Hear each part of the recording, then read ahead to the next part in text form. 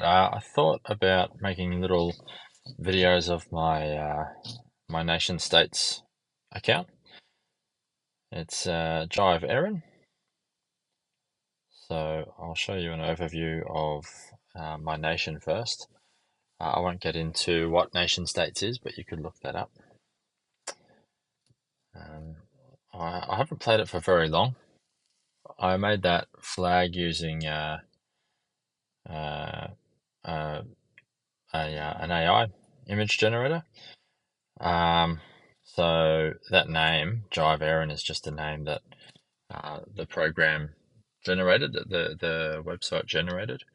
Um, my idea for this account is just to kind of practice, um, just as a way of thinking about, I guess, politics and economics. Um, I'm more kind of interested in the economic side of things, and um, I'm interested in anarcho-capitalist type of ethics, like non-aggression principle ethics. So I wanted to kind of apply that to the issues that come up in this game, and try to answer them in a way that I think fits, my understanding of kind of libertarian economics, or libertarian style government. Um, yeah, so I'll record each time I choose an answer to an issue, each time I can answer an issue, and I'll try and justify why I've chosen that answer as well. I thought it might make a interesting topic of discussion for people in the comments to discuss my choice and what they would have chosen, if they think the choice that I made was most aligned with libertarian principles and the non-aggression principle. I'm going to force myself to always choose an action. I think there is a dismiss issue option for every issue that comes up. Um, so if none of them really fit the kind of libertarian worldview or libertarian ethics, then I'm going to force myself to choose, I guess, the closest fit, or the least bad of the options. There's a part somewhere here where I can show you what I wrote about my nation as well. This part is written for you from the game. So as it is, currently, I've probably played the game for 4 or 5 days. So far we've already become an anarchy. It says the free land of Jive Erin is a very large, efficient nation, remarkable for its barren, inhospitable landscape and irreverence towards religion. The hard-nosed, hard-working, democratic population of 132 million Jive-Erinians live in a state of perpetual fear, as a complete breakdown of social order has led to the rise of order through biker gangs. There's a lot of tongue-in-cheek, a bit of comedy in this, which makes it entertaining. The tiny outspoken government juggles the competing demands of law and order, administration and defence. Citizens pay a flat income tax of 7.6%. So you don't choose things like the income rate, the tax rate. The game kind of automatically adjusts that. All that you need to do is choose what you're going to do about each issue as it comes up, and then in the background things adjust. The strong Jive-Iranian economy, worth $6.77 trillion a year, is driven almost entirely by the private sector, which is broadly diversified and led by the woodchip exports industry, with major contributions from cheese exports, uranium mining, and soda sales. Average income is $51,280, with the richest citizens earning 8.8 times as much as the poorest. Cheese has become the new icon of political dissent. It's always rabbit season, Commercial jingles have been ham-handedly forced into world-renowned symphonies, and polygraphs are relegated to the dungeon exhibit in castle museums. Crime is a problem, with the police force struggling against a lack of funding and a high mortality rate. Jive Erin's national animal is the drop bear, which teeters on the brink of extinction due to widespread deforestation. Now somewhere I can find my, it's called Factbook, where I can write about my nation. But I don't remember where to find that. I wonder if I can get there from here.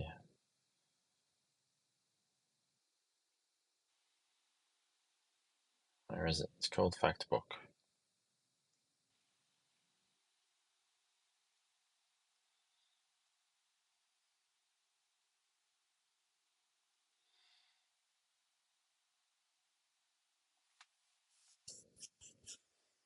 Might be here.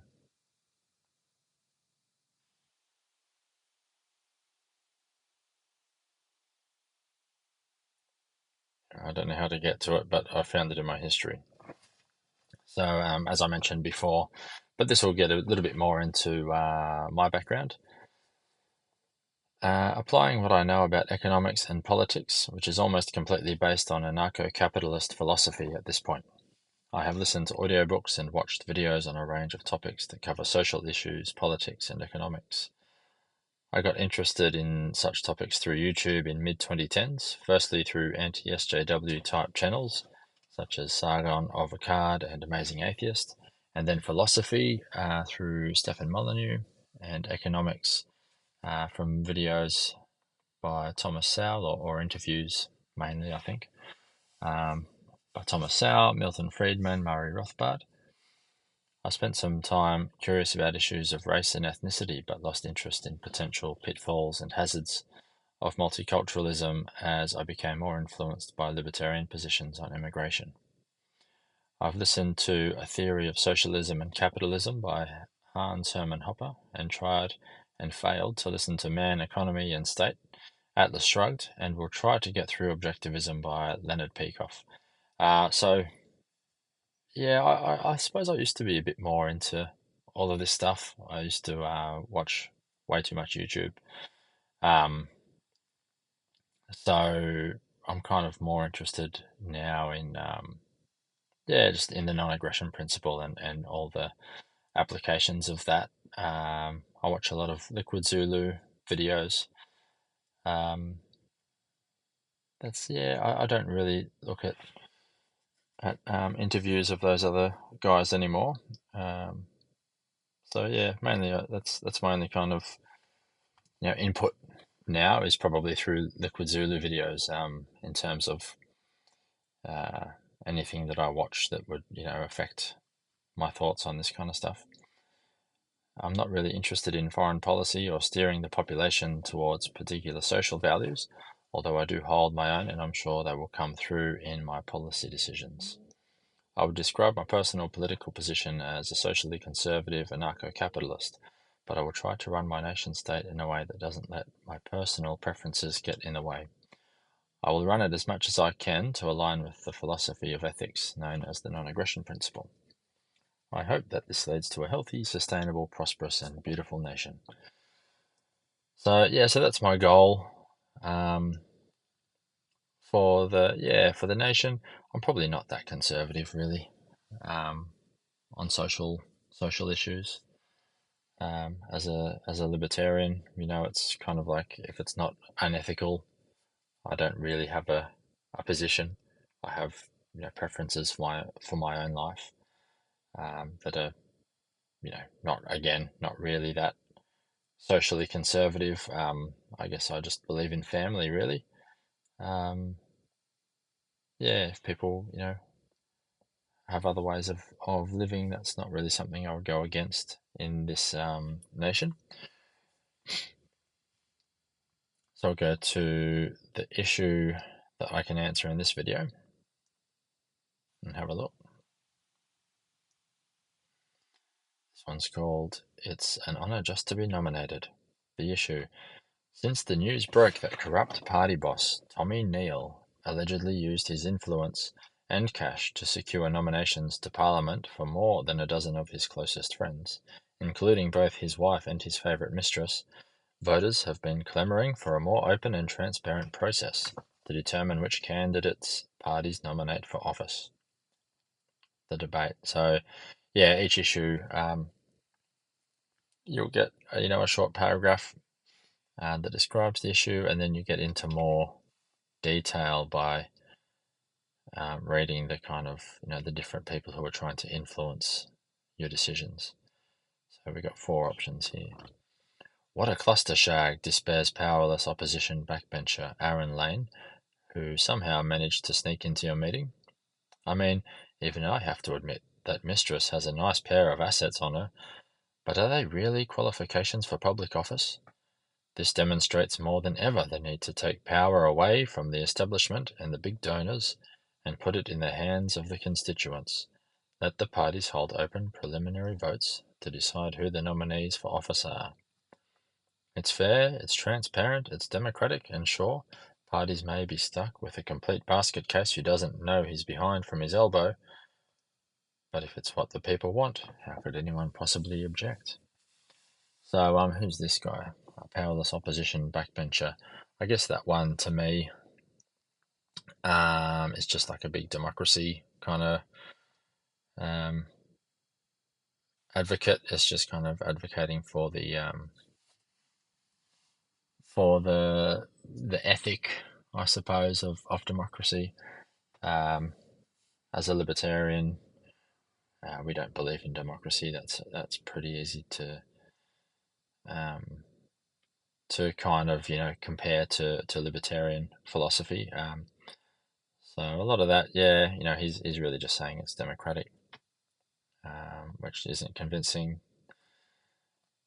Option number 2, that's a good start, but we have to make sure that voting is limited to members of our party only, replies Dana Ruiz, a small town mayor who has jumped ship to national politics. If we open things up to everyone, the opposition could sneak in and plant their own candidates. Remember that blowhard nominee who turned out to be an East Lebertucky spy a few elections back? That was an embarrassment I think we'd all want to avoid. It may mean losing the swing voters and independents, but we can't let anyone walk in and claim they uphold our values without being properly vetted. So probably trying to balance this previous option, which is really pushing the importance of democracy, or the virtue of democracy, with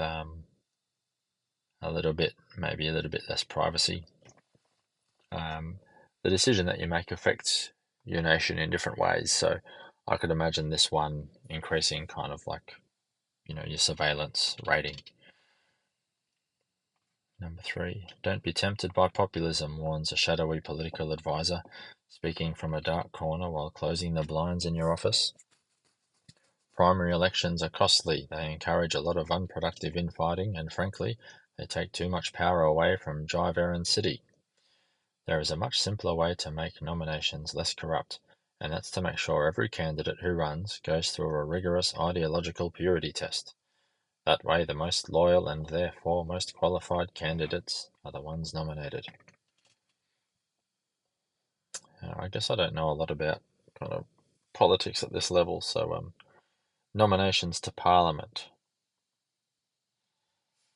Fewer nominations to Parliament. So I guess a nomination to Parliament is not an elected position.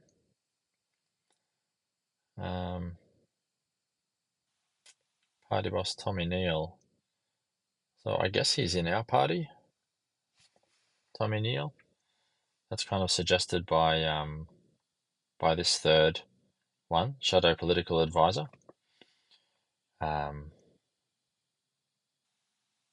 That it's people being nominated to the current party in power, which is us.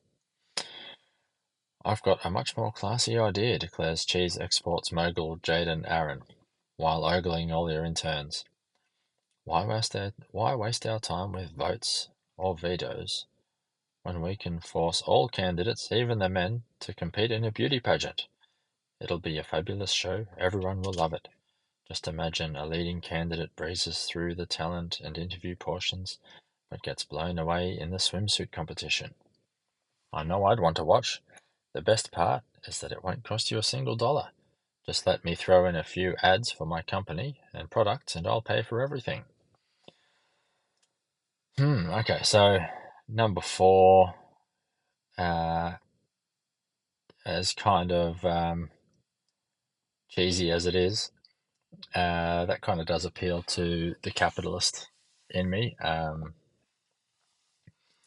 But it's a weird kind of mix where it's it's still kind of government bureaucracy with a weird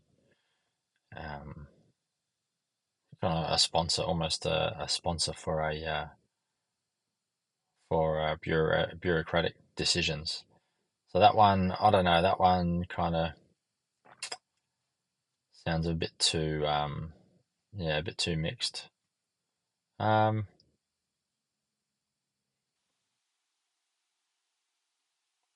yeah, this first one just sounds like kind of like spying.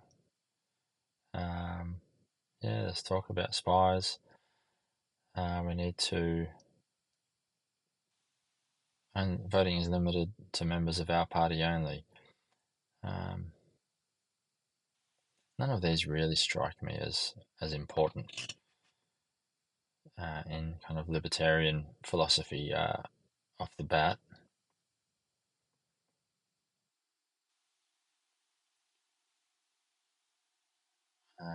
This rigorous ideological purity test just, I don't know, that sounds a bit kind of authoritarian.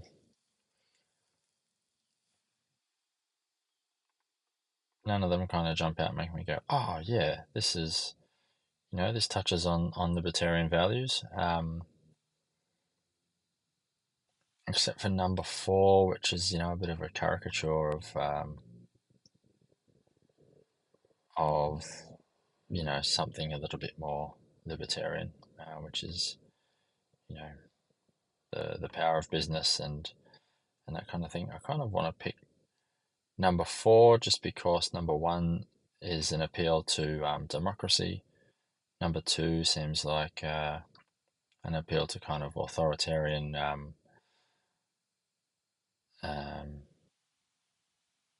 what's the word? Surveillance. Number 3 is probably the most vague to me.